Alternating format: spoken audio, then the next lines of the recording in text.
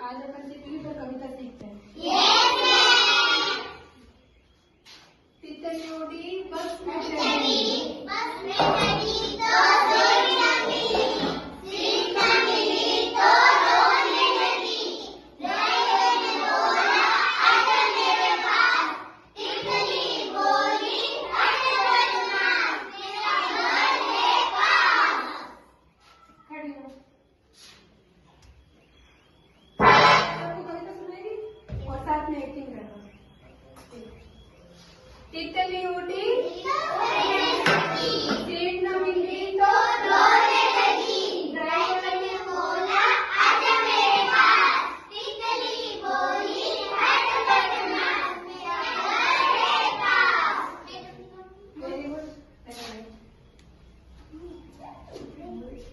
तितली उड़ी